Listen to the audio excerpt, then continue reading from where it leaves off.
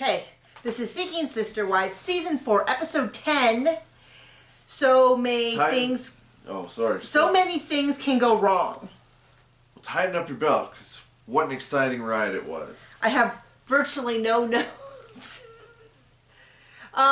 I want to tell you though, for my Sister Wives fans, yes, we saw the trailer this morning. Someone tweeted it to me. We will watch it. John hasn't seen it yet. Actually, we went on a walk this morning and I was like, oh, by the way, the trailer is here. And then talked to him for at least 20 minutes. And he's like, I really think you should save this for the video. Because I don't care. Yep. So this episode was so action-packed. Not only did they have, what's her name? Roberta there, speaking Portuguese and getting it translated in words underneath. They also included the translation from the translator in English after that. Yeah, I mean, it's funny because no one's hurting for product here. For the first... It was so bad. So I wish that was a joke. When they started the season, they have to do a lot of introduction, and I'm always like, yeah, but I can't wait to dig in. And then this is digging in. And there's just not a lot to it. It's a lot of people like walking around talking about their relationship, which, as we know, people love talking about their relationship, but it's a lot less...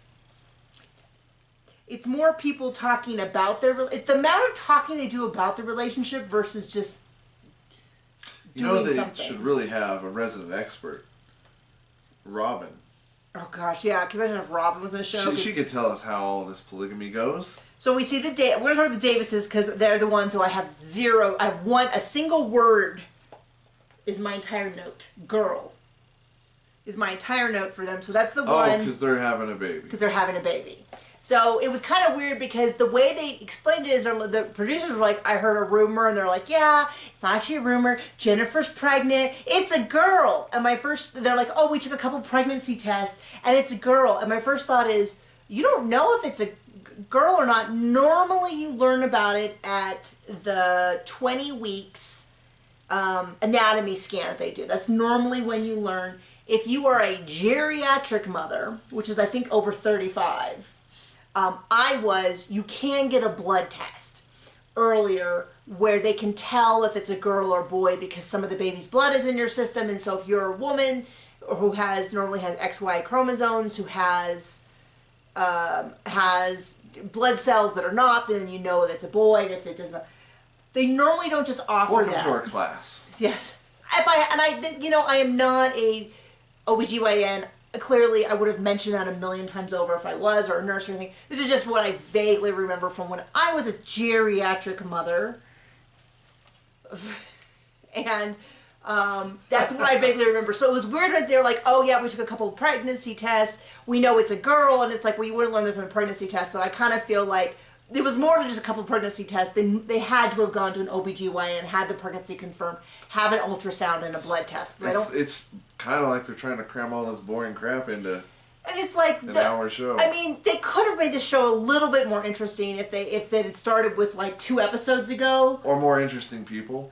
Well, if they had 2 episodes ago started with like, we hadn't planned on having a baby, but I'm late. And then them going and finding out that they were pregnant, and then them doing the anatomy scan instead of them being... It's kind of like that stupid thing with Garrick and Leah where they were like, oh, by the way, she broke up with us. And I was like, that I would have been interested in seeing. That's actually interesting. So they talk about how there's all these changes. They go shopping. We kind of see Danielle. Kind of. It was more about their growing family, which is fine. It's as interesting as anything else in the show. But it was kind of like a weird thing where I went, that actually could have been something somewhat interesting for several episodes. And instead they summed it all up in 15 seconds. Now... I figured out why. What? Because they have an energy vampire putting this together. Yeah. Well, they didn't tell the producers. But it's also kind of like... It's just boring. It's so... So anyway, April's crying because she's so excited. Nick apparently is planning on being a stay-at-home father, which I'm just thinking like, yeah, no kidding. When will he have his what his else research? Is he gonna They cut into his research, and then there was a whole thing about how I guess she didn't want kids, but then she says loving family, and I was like, Boring.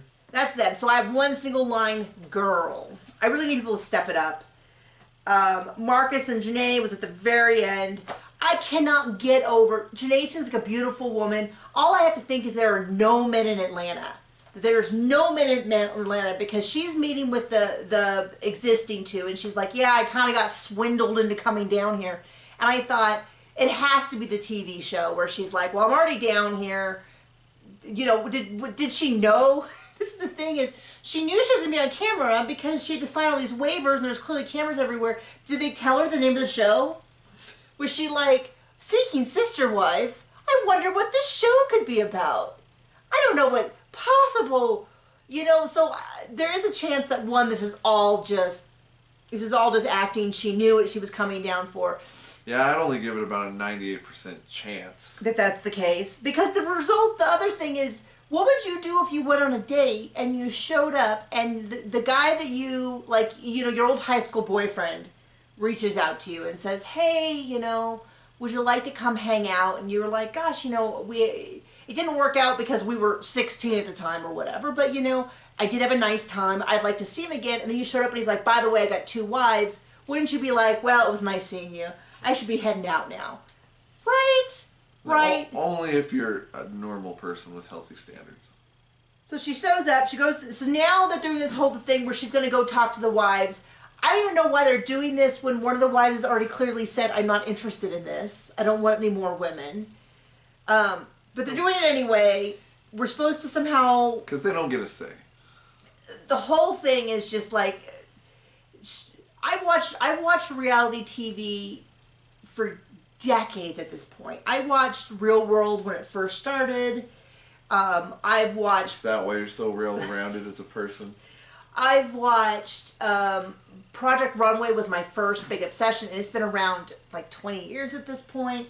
I've watched a lot of reality shows with a lot of different... Everything from The Real Housewives to Ink Master, which is the most sensitive...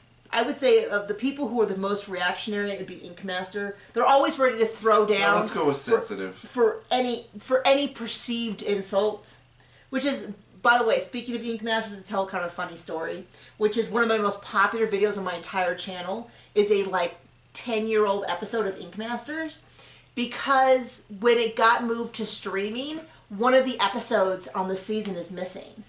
And so inevitably people go to YouTube to try to find it. They search for Ink Master, whatever season it is, and then they find my video, and I get comments that say, thank you so much for doing this. I can't find the episode anywhere, and I'm glad to at least have found out what happened. And so I feel terrible for the people. It's a sign. You should go out and get a life. Who, me or them? Them. I don't know that I look all that great in that statement either. That I'm the one who provided the service. But it's funny because... About once a week I get a comment that says on my like feed of comments that says like, thank you so much for doing this. And it's like, if I had known that I was going to be the sole archivist of this episode, I would have done a better job. You would have at least recorded it on your phone. I would have, yeah, I mean, like it's on, Anyway, it's just really funny. So anyway, speaking of which, and so I've watched a lot of reality shows. I've seen a lot of people behave. I understand. We worked on a reality show, in case we haven't mentioned that in 5 minutes, and we saw how people would act up for the camera. We didn't ask them to act up for the camera. They would get, 2 of them picked fights with me because they were dumb as hell. Because they were like, I know what you're trying to get me to say, and I'm like, no, I'm not trying to get you to say anything specific. Just say anything. Your teammate miss the target. You could say things like, well, this happens, or, you know, it was a little disappointing, or I know he's a better archer, but they're like, oh. Point being, this situation that she showed up and is genuinely sticking in is stretching the bounds of my believability that this is actually happening. It has to be just because she's on the camera and she's like, oh, I want to be on TV. I admit it. I would not do that right now because I'm happily married. Oh, we take the daily rate. You could pretend. Okay, you heard it from John. So if you ever see me in a dating show, you know exactly what's happening. But this situation that the idea that she showed up, flew in from Atlanta, and is like open for Marcus, this guy, I'm just not buying it. I'm just not buying it. That's my truth, and I'm sticking with it. If you feel differently, tell me. Maybe he's just not my type. I just don't see anything about him so far that's made me think, yeah, getting 1/3 of this dude is definitely better than having one person who's devoted to me. Right? Well, hey, he's a politician.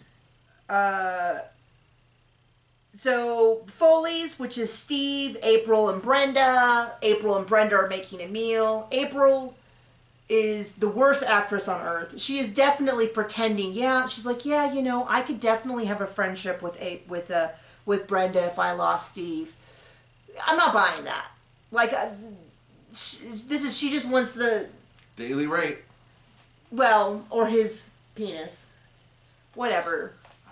I mean, John would like to believe that everyone's being paid. I found attraction in that whole relationship triangle. Well, she's actually sleeping with him. Unbelievable. From every side and every person.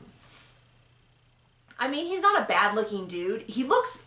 I think of him as being, like, if I met him, I would assume he was older than me. But maybe it's because I'm immature, and we're both wearing weird shirts, and we've delayed our adolescence, and we hang out all day watching TV and talking about people. So maybe we're just so immature. But once again, none of these guys in this entire show... Because you know what I think of fun? When I think of fun... What? Oh, mature. Yeah, well, I mean, maybe he has money. I don't know. Some women are just looking for daddies. And he's definitely old enough to be her daddy. Oh, that's disgusting. There's a thought I don't want in my head. He's like 40-something, and she's 21. So he would be a young dad. But he wouldn't be like a high school dad. He would just be... See, I have my notes in here somewhere. That's Sister Wise. Speaking of compelling entertainment. Yeah. Okay. Okay, I'm going to go with the Joneses next, because I've said it time again that Sidion is the only one that seems to genuinely like his partner. Sidion the magic. That seems to genuinely care about his partner. Like, when Tasha said that she missed him, he was like, oh, that makes me sad. Oh, someone who's actually aware that people beside himself have emotions. What a unique take on this show. He's with Ariel. They call and they say because of the pandemic, it's really hard to get these visas, but they've recently reopened it to the Philippines, so you can apply for a visa, but it would be a K-1 visa, which means that if she came, she'd have 90 days to get married, which he says basically means we would need to be engaged. And he seems to be taking that seriously. I'm not saying, by the way, this is damning with faint praise, because the things I'm saying are such a low bar that I don't want you to be like, man, she really likes Sidion. Because he seems to be the only one who's not a monster. I'm not saying this is a wise idea. The idea that this is the first time that he's met her in person, he's considering getting engaged, it does raise some red flags. And he talks to Tasha, and Tasha's, they both think she's this amazing catch. They don't want to lose her, which has some very heavy, to me, connotations of like, we've got to lock her down before she realizes what a bum deal this is. Which they all kind of have that attitude, which is like, we got to hurry up. And now, admittedly, John had a similar attitude toward me. You had to lock it down before you realized? Is that what you're saying? Yeah, baby. Yeah. Yeah, you realized what a valuable, amazing catch I was, and you were not going to let this catch get away. Do you want to argue with that? I mean, the first half's correct. Second half was kind of all up to you. Yeah, exactly. See, he supports my point that it was all about making sure that this winner of a specimen didn't get away from him. Sucker. I don't know if I said that, but... Sucker. So, as of the end of this episode, it is undecided. Will they get together? Will he ask her to get engaged, or won't he? And if he does ask her, will she say yes, or won't she? Moreover, does anyone care? So there you go. At least of all of these, it's like the idea that this is what bugs me about Marcus and Janae. What happened to Benny or Vinny? Like, he's like midway through trying to convince her. It's like they can't even keep someone on board for an entire season. At least this couple, the Joneses, Sidion, Tasha, and Ariel, seem to be following a recognizable pattern of dating someone and then possibly getting engaged, as opposed to everyone else who's like, every time you turn around, they're dating someone new.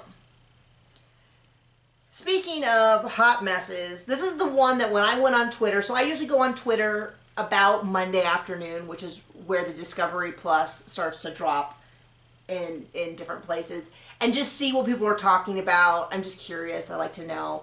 And I kind of will watch Twitter, what's trending. 98% of the conversation to this week was about the Merrifields. I didn't see anyone else discussing anything. I mean, I didn't scroll that far.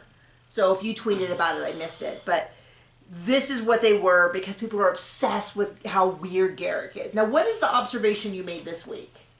All his actions seem like his puppet master is just a little bit unsure about the action or emotion or words he should say. So everything just comes off as unnatural. Yeah, so his example was, we were watching... And it's creepy. It's creepy. We know that Garrick is getting what he wants. This is not, like, he wants Roberta, he wants to have sex with her and a bunch of babies. We know that. But in all of the interviews, he's, like, rolled in and he's looking at Danielle the whole time. And your assessment was kind of like, I know what I want to say and I know it's mean, so how do I say this so I don't sound mean? How do I manipulate her? Yeah. Which I thought was pretty apropos of the whole situation. They go to Rio. I was really excited about it. It was a very underwhelming episode. The highlight of the entire thing was Marcella, the translator, who... I'm going to have to disagree. Oh, no highlight? I mean, because it's like, Roberta's talking, and there are the words in English. Oh, now we have the translator saying the same things in English. Doesn't need to be translated. Thank you for that huge waste of... I mean, really, you got nothing else. Well, I meant Marcella's, like, commentary.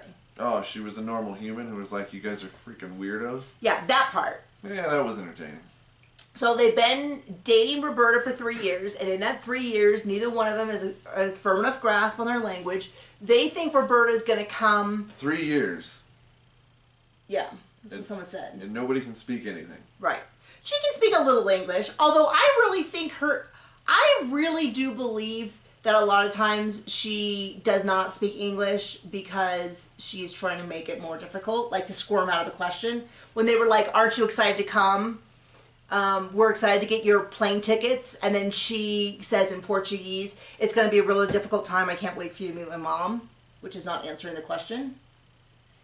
I think she does that a lot. I think she can speak a little bit better English, but she is supposed to, theoretically, she's coming to the U.S., so she should know more English if she's going to live here, which is why I'm really kind of leaning toward this, like, she might be hot for Garrick, or she's a great actress because she can cry on command, but I don't think she actually likes him enough to want to move out of the country. I think this is kind of like I have friends that I like a lot, and if I got to see, like, my best friend... I'd probably, like, cheerfully cry and stuff, but I wouldn't want to move across country to be near her. You probably already speak the same language. We also do speak the same language. It is true. Someone pointed out how different Roberta looks around the breast area. They did a side-by-side of her in Mexico 2 years ago or a year and a half ago, and now, and she does look really different, but... Her mom also has the same bust line, so I don't know if I'm going to say maybe she gained a little weight. Maybe she is really young. She might have matured. A lot of women... I wonder what her stipend is. I do, of course, the assumption is, and what a lot of people immediately assumed, is that she's getting money from them. When we first met her, she had braces, which I now kind of assume they paid for. She might have had plastic surgery. There might be other reasons why. Your joke was that she also has Mike on the side from 90 Day Fiancé. Yeah. Which would not surprise me. So they meet Marcella, and Marcella is like, okay, I'm going to be the translator right there here. A super cute house in a super cute neighborhood. I was kind of like, oh, I want to go to Rio, if that's what it looks like, but we can't afford it. So they say, well, how do you know Roberta? And she's like, well, we met at a dating site and we want to bring her over to America. And I was like, oh my gosh, it sounds like they're trying to sex traffic her. The way they describe it, which kind of, I mean, The shoe fits. And then Marcella's like, I don't know many polygamists. It is not common here in Brazil.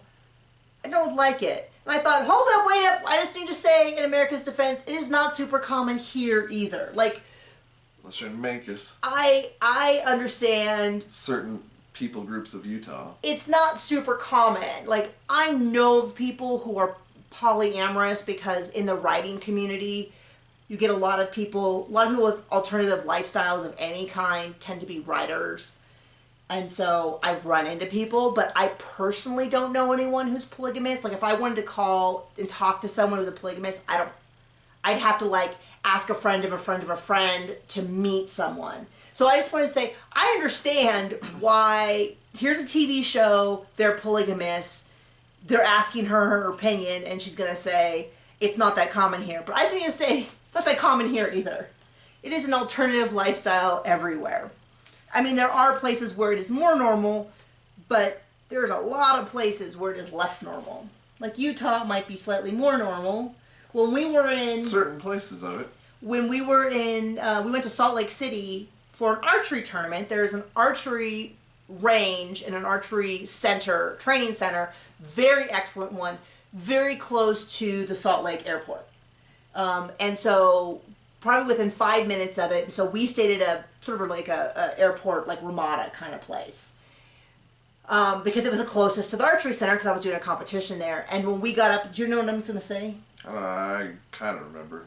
When we got up in the morning and we went to their free buffet, there was a family, a very large family. There was a single male, probably about 50.